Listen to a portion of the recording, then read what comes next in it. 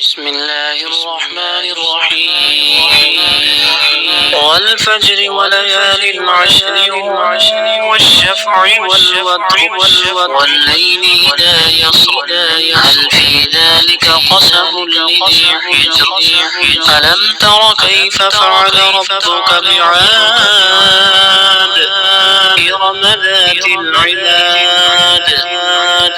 التي لم يخلق مثلها في البلاد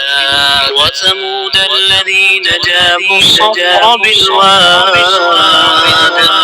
وفرعون ذي الأوتاد الذين طغوا في البلاد فأكثروا فيها الفساد فصب عليهم ربك سوط عذاب إن ربك لبالمرصاد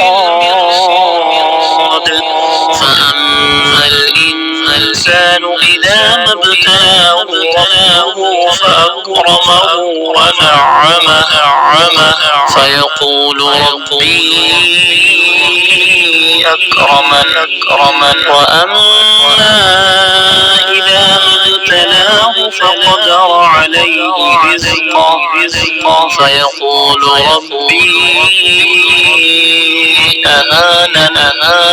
كلا بل لا تكرمون اليتيم ولا تحاضون على طعام المسكين وتأكلون التراث أكلا لما وتحبون المال حبا جما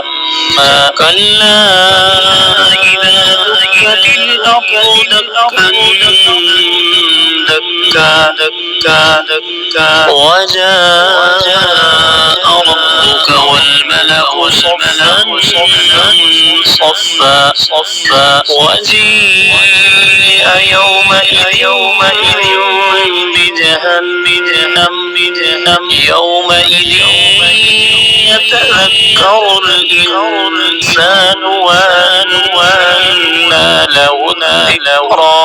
الذكرى يقول يا ليتني قدمت لحياتي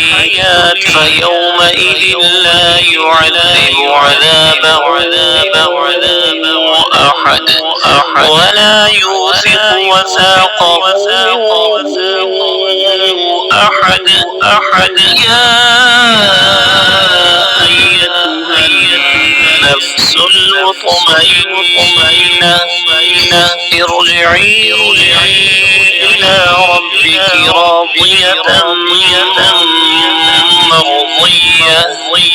فادخلي في عبادي وادخلي